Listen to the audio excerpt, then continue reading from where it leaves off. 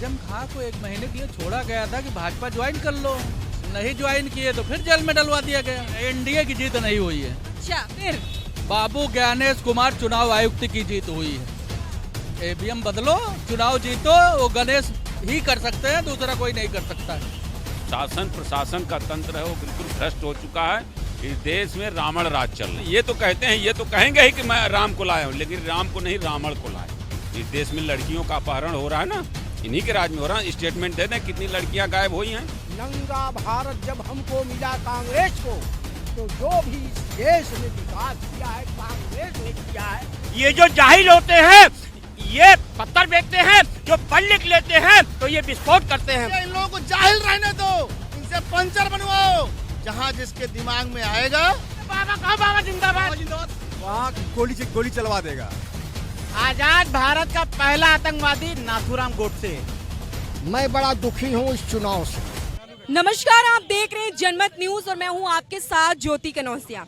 आपको बता दें कि जब से बिहार में एनडीए की प्रचंड जीत हुई है तब से वहां तो जीत हुई है, और बता दें कि यूपी में हलचल बहुत तेज हो चुकी है। सबसे ज्यादा हलचल उन पार्टियों को भी लेकर हो रही है कि किस पार्टी ने अपनी रणनीति बदली है। जी हां, आपको बता दें कि जब से एनडीए ने जीत हासिल की है पूर्ण बहुमत के साथ, कई सीटें आई हैं इस बार उनके पाले में, और यूपी में कई ऐसे नेता हैं जिनकी कुर्सी हिल गई है, जिन्होंने मजबूरी में आकर न जाने अपनी पुरानी की पुरानी जो रणनीतियां थी वो भी बदल डाली है। और वहीं दूसरी तरफ अब जो खबर आई है वो है आजम खान को लेकर। भाई 55 दिन की आजादी के बाद आजम खान और उनके बेटे अब्दुल्ला आजम खान एक बार फिर काल कोठरी की ओर रुख कर चुके, और मैं इस वक्त जनता के बीच मौजूद हूँ। जनता से जानने आई हूँ कि उनकी प्रतिक्रिया इसको लेकर क्या है।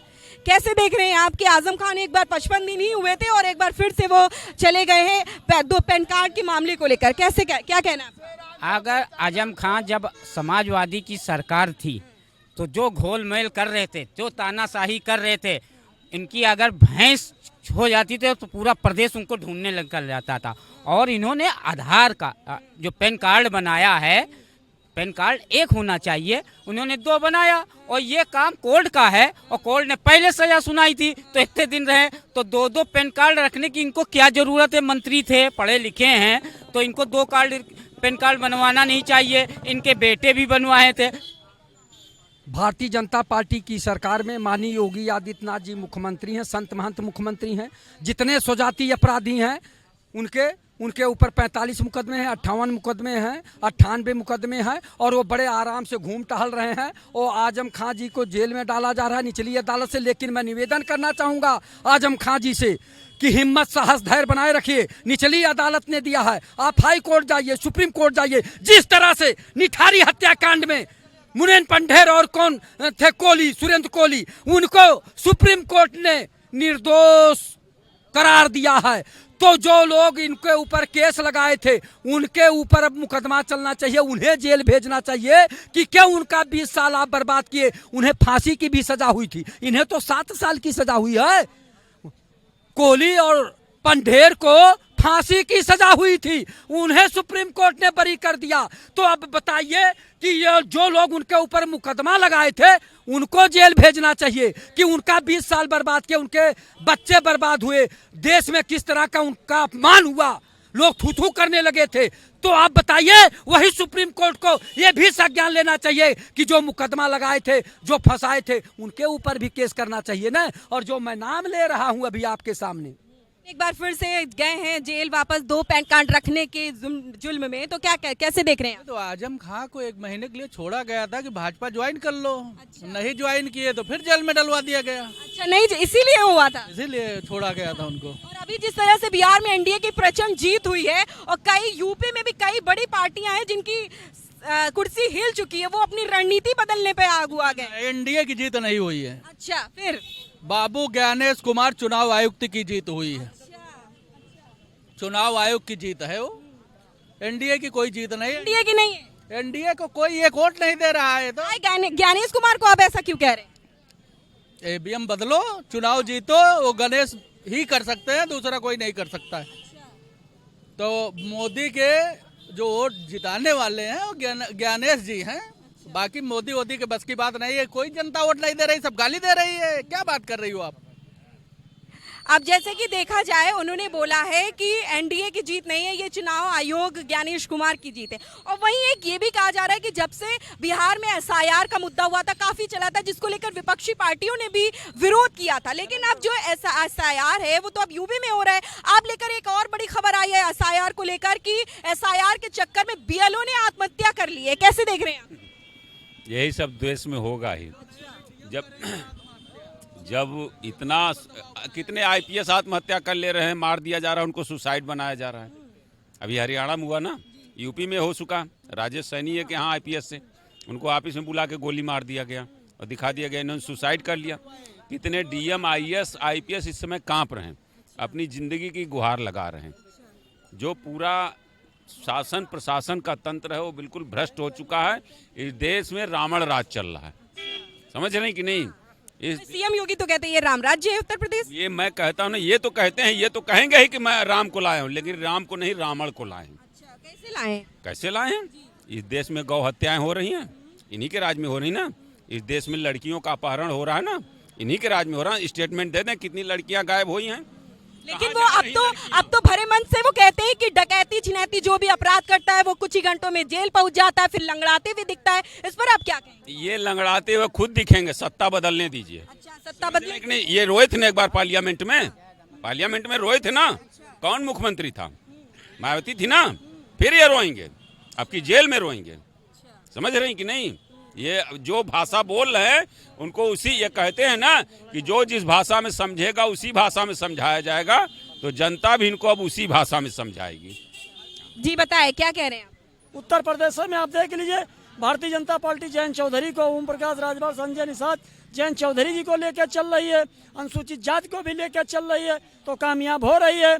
अच्छा, इन लोगों का रह गया है, वो एक लोग कहावत नहीं कहते, नाचक नहीं तो आंगन टेढ़, आरोप लगाना है तो किसी पे भी लगा लें।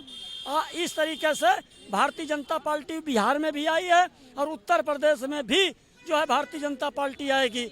अगर जिस तरह से एनडीए ने जीत वहां हासिल की, एक आग्रह है, इनका बयान ले लिया, मैं नहीं बोलूंगा चाहे कुछ भी। अरे क्यों नहीं बोलेंगे? क्यों नहीं बोलेंगे? मैं नहीं बोलूंगा। अरे बोलिए, आप दादा बोलिए, बिल्कुल बोलिए। भाई इनके बाद हमको बुलवाएं, का फायदा? इन ऐसे लोगों के साथ हम बोल के अपनी बेइज्जती नहीं करेंगे। अरे ऐसे लोग हैं, वो भी इंसान है, उनको बोलने का सबका अधिकार है ना। आप उत्तर प्रदेश में रहते, सबका अधिकार है। अधिकार का ये मतलब नहीं होता कि अनाधिकार पैदा करो। हाँ। तो आप उनकी बात का जवाब दे दीजिए ना उन्हें। क्या चीज जवाब देना है, बोलिए। आप बताइए कि जिस तरह से बिहार में एनडीए की जीत हुई है, कई लोग जो यूपी के नेता है अब उन्होंने अपनी पुरानी रणनीति को बदल रहे हैं और ये कह रहे हैं कहीं ना कहीं कि कांग्रेस की वजह से भी वहां पर महागठबंधन की सरकार हारी। कैसे देख रहे हैं आप? मैं आपकी बात समझ गया बहुत अच्छे ढंग से। अब आप सुनिए बड़े गौर से। मैं बड़ा दुखी हूँ इस चुनाव से और भारत के चुनाव से मैं बड़ा दुखी हूँ। दुखी इसलिए हूँ कि 5 लोगों ने करोड़ों की जनता का बड़ा नुकसान किया। 5 लोगों ने। 5 कौन कौन? अमित शाह, नरेंद्र मोदी और चुनाव आयोग के 3 मेंबर। 5 ने करोड़ों का नुकसान किया। चूँकि मैं जिस संगठन से जुड़ा हूँ, जिस पार्टी का पदाधिकारी हूँ, मैं उस समय भी खुल के नहीं बोल रहा था। हमसे तमाम लोग पूछे कि आरजेडी का क्या होगा, हमने कहा मैं कुछ नहीं बताऊंगा। इस पीरियड में यह देश कहाँ से कहाँ जाएगा। बिहार की जनता की वोटिंग, बिहार की जनता जिस ढंग से वोट किया है तेजस्वी के लिए, शायद पूरे भारत में इसकी एक खबर जा रही है। इस खबर को मैंने ये सोचिए कि मैं आरजेडी का पदाधिकारी हूँ इसलिए मैं बोल रहा हूँ, मैं इस नाते नहीं बोल रहा हूँ। जनता पूछ रही है कि हमारी वोट कहाँ गई। अब देखेंगे कि बिहार से फिर धरती आंदोलन चलेगा। अभी देखिए कि जैसे कि बिहार में एनडीए की जीत तो हो चुकी है, आपको क्या लगता है कि 2027 में योगी आदित्यनाथ फिर से अपनी सत्ता बरकरार रखेंगे या नहीं? कभी ऐसा नहीं हो सकता है। नहीं हो सकता? नहीं। क्या किस बात पे विजय योगी जी किस बात पर वो अपनी सत्ता ला सकते हैं? कौन सा ऐसा विकास किए हैं, क्या किए हैं?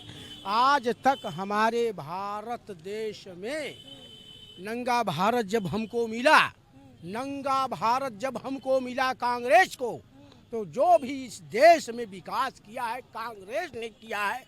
आज कौन सी बीजेपी ने ऐसी नई चीज ला दिया या कौन सी नया विकास कर दिया कि आज जो है कि मतलब वो करते हैं कि बीजेपी हम ये सत्ता। अभी बिहार में महागठबंधन की सरकार थी, अब वहां पर हार जो हुई है महागठबंधन की, तो अखिलेश जी कह रहे हैं कहीं ना कहीं ये कांग्रेस की वजह से हुआ है, इस पर क्या कहेंगे? तो कांग्रेस की वजह से या सपा की वजह से महागठबंधन की वजह से है तो ठीक है। जो कुछ भी विकास हुआ इस देश में आज तक गठबंधन और कांग्रेस की वजह से हुआ है। किसके वजह से हुआ है?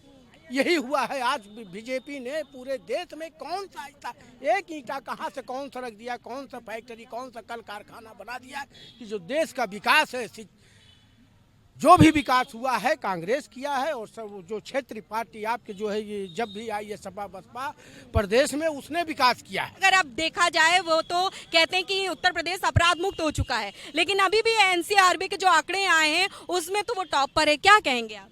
कुछ नहीं है एनसीआरबी या कुछ भी हो, नहीं मानते क्या? बाबा ने पेल पाल के रामपाल बना दिया है, ठीक है। और इसी प्रकार से जो पेल पाल के रामपाल बना दिया है सबकी नॉलेज में है। गुंडे यहाँ पे नहीं हैं, गुंडे जो हैं या तो भाग गए हैं या 72 हूरों के पास में पहुंच चुके हैं, ठीक है। और यहाँ पे अब 72 हूरों की जगह नहीं है। और जो हो रहा है ये जो आतंकवादी हमले हुए हैं तमाम, और लोग अरे भाजपा का तो ये कहना था कि एक हाथ में कुरान हो दूसरे हाथ में लैपटॉप। अरे काहे लैपटॉप दे रहे हो? ये पढ़ लिख के ये यही बनेंगे। ये जो जाहिल होते हैं, ये जो जाहिल होते हैं ये पत्थर फेंकते हैं, जो पढ़ लिख लेते हैं तो ये विस्फोट करते हैं। बिहार ने दिखा दिया कि भारतीय जनता पार्टी हिंदुत्व की पार्टी है।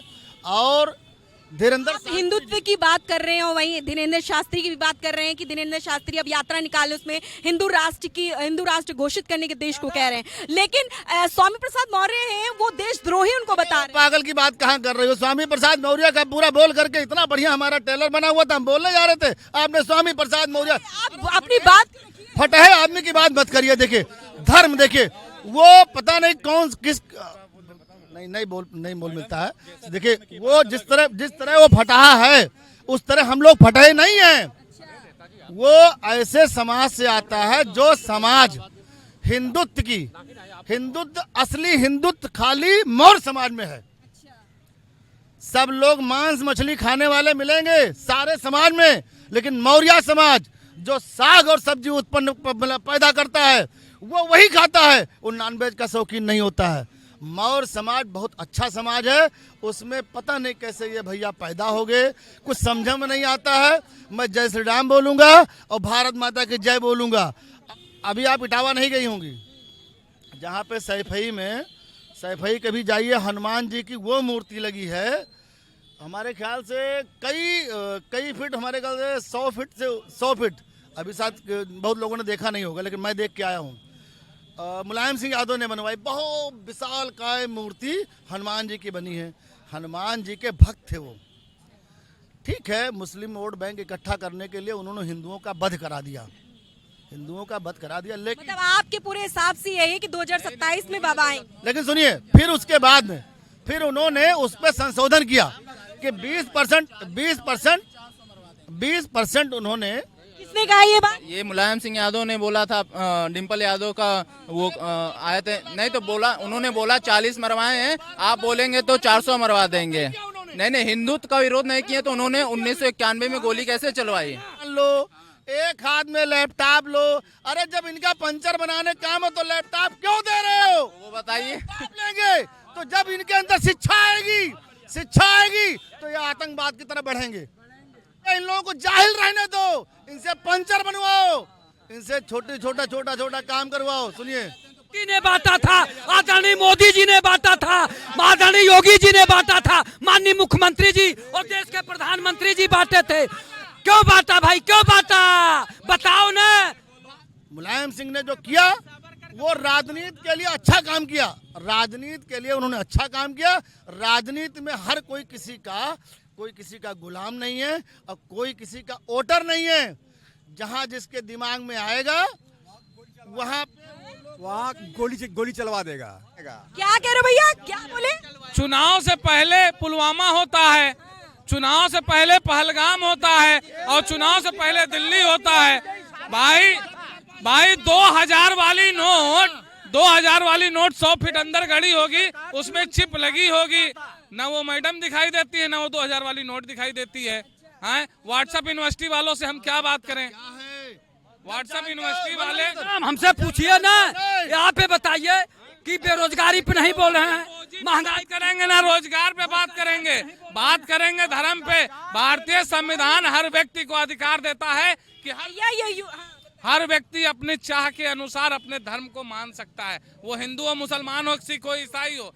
ये गंगा जमनी तहजीब के लोग हैं, ठीक है। और जो ऐसे धमाके करता है उनको सीधा सेट एंड साइड, तुरंत गोली मारो। जो हुआ है लाइव इंटेलिजेंस हमारी क्या करी थी, क्या करी थी? इतना पैसा खर्च होता है और दिल्ली में 3-3 घंटा घुमा रहा गाड़ी, क्या कर रहे थे? इतना बड़ा घटना हो गई, और भी पढ़े लिखे लोग हैं और ऐसा काम कर रहे हैं। और ये सूखने की शक्ति होती है लाइव इंटेलिजेंस में और रा में और खुफिया विभाग में। क्या कर रहे थे? इतनी बड़ी घटना घट गई। अब NIA और ATS सब बता रही कि ये हो रहा था, वो हो रहा था। और दूसरी बात, बिहार के महिलाओं को 1,21,00,000 महिलाओं के चुनाव पीरियड में 10,000 रुपया बांटा गया। उत्तर प्रदेश और पूरे भारत की महिलाएं कौन सा अपराध किया था, उनके खाते में क्यों नहीं 10,000 डाला है? पर्चा वो लीक करने वाला भी आतंकवादी है, क्योंकि छात्रों के साथ नीलेश मिश्रा जेल क्यों नहीं गया? उसके घर पे बुलडोजर क्यों नहीं चला? हर वो व्यक्ति, चाहे वो बम फोड़े और चाहे पर्चे का बम फोड़े, सभी आतंकवादी ही हैं जो ऐसे काम करते हैं, जो छात्रों के साथ खिलवाड़ करते हैं। क्या आतंकवादी के नाम पे अगर आप किसी वर्ग विशेष को टारगेट कर रहे हैं, खासकर भाजपा वाले, तो ये पूरी तरह गलत है। क्योंकि उनका कहना है कि हर आतंकवादी बोलता है कोई उसका जात नहीं होता, उसका धर्म नहीं होता, लेकिन वो मुस्लिम से ही क्यों रिलेट करता है? नहीं, आप अगर आतंकवादियों से मुस्लिमों को जोड़ेंगी तो ये गलत है। मैं नहीं जोड़ रही, ऐसा लोग कहते हैं। जो लोग जोड़ रहे हैं आतंकवादी को मुस्लिमों से जोड़ना, ये गलत है, पूरी तरह गलत है। अभी कई मामले हाल फिलहाल में हुए हैं जिसमें कई हिंदू लोग भी, कई सिख लोग भी। अरे अभी रिकॉर्ड दिखा देंगे आप, अभी सर्च करके दिखा देंगे। रिकॉर्ड का दिखा रहा हूं, आप दिखाइए। सुनिए, अभी डिबेट अभी चल रही। अरे अब दिखाओ ना, अभी दिखाएंगे। प्रज्ञा ठाकुर का क्या हाल हुआ था? सुनिए, प्रज्ञा ठाकुर है जो जितने लोग एक बार सुनो ना, जितने लोग पकड़े गए उनके साथ क्या हाल हो रहा है, उनको क्या हो रही, सजा कौन सी दी गई? नहीं, प्रज्ञा ठाकुर को जितना मारा गया, अरे फिर वही बात, फिर क्या बात खत्म करिए ना। अभी आज की बात बताइए, आज जो अपराधी पकड़े गए, आतंकवादी पकड़े गए, उनका क्या शोषण इस तरह हो रहा है? उनको क्यों नहीं इस तरह मारा जा रहा है? क्यों नहीं दंडित किया जा रहा है? खाली प्रज्ञा ठाकुर को नहीं, भारतीय जनता पार्टी सरकार है, भारतीय जनता पार्टी सरकार है। प्रज्ञा ठाकुर को मारा नहीं गया, टार्चर नहीं किया गया, जेल में नहीं रही, कोर्ट कचहरी नहीं हुआ, केस नहीं चला, सब चला ना। तो अब क्या बात आप वही कर रहे हो, वो बात नया भी होगा। आतंकवादी जो जेल हुई, कितने हेट स्पीच देने वालों को जेल हुई। और आज तो आजम खान 55 दिन की आजादी के बाद फिर से आए।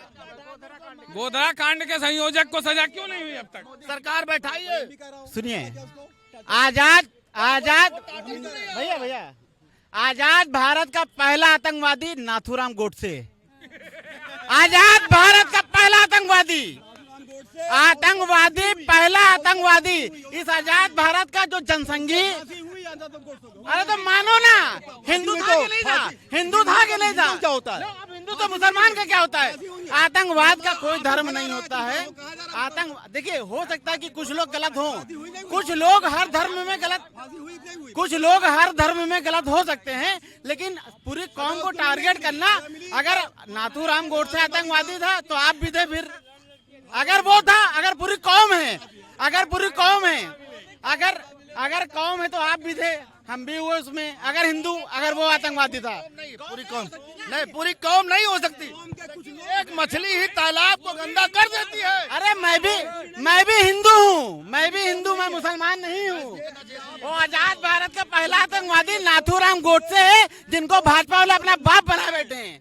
उस आतंकवादी का ये लोग पीठ पीछे बाप बनाते, उसके चरणों पे पुष्प अर्पित करते हैं, और सामने से, कैमरे के आगे नहीं, कैमरे के आगे तो बाप बाबा साहेब हैं, कैमरे के आगे बाबा साहेब बाप है, कैमरे के पीछे सावरकर, गोलवरकर और माफी वीर तमाम सब आतंकवादी हैं। कैमरे के पीछे इनकी जय जयकार, वो कैमरे के आगे बाबा साहब काशीराम फूले जी, कैमरे के आगे उनके नाम होता है। ये लोग आतंकवादी हैं। नहीं, बाबा साहब आतंकवादी हैं आपको? बाबा साहब आतंकवादी हैं। बाबा साहब मेरे बाप हैं, बाबा साहब मेरे बाप हैं, मैं उनका दत्तक पुत्र हूँ। बाबा साहब मेरे बाप हैं, तुम्हारे बाप नहीं होंगे, मेरे बाप हैं बाबा साहब, मेरे बाप हैं। बाबा साहब अमर रहे, हमारे बाप हैं, बाबा साहब अमर रहे। बाबा साहब अमर, बाबा साहब की जय जयकार सबको लगानी पड़ेगी। इस देश में रहना है तो बाबा बाबा कहना है। इस देश में रहना है, बाबा कहो, बाबा जिंदाबाद, बाबा जिंदाबाद। हाँ, मैंने कहा अमर रहे, अमर रहे। इनको यही नहीं पता कि जो लोग नहीं होते हैं उनको अमर रहे कहा जाता है, जो लोग नहीं रहते उनको अमर रहे कहा जाता है। बाबा साहब अमर रहे। आतंकवादी बता रहे थे अभी बताया आपने। हम कौन से बाबा की बात कर रहे हैं? तुम दिमाग खोलो। बाबा भी साथ बात कर रहे हैं। आसाराम की बात कर रहे थे, वो आतंकवादी है आसाराम। अब आप पलट रहे हो अपनी बात को। बाबा साहब कि आपको भी यही रहना है, इनको भी यही रहना है, आपस में।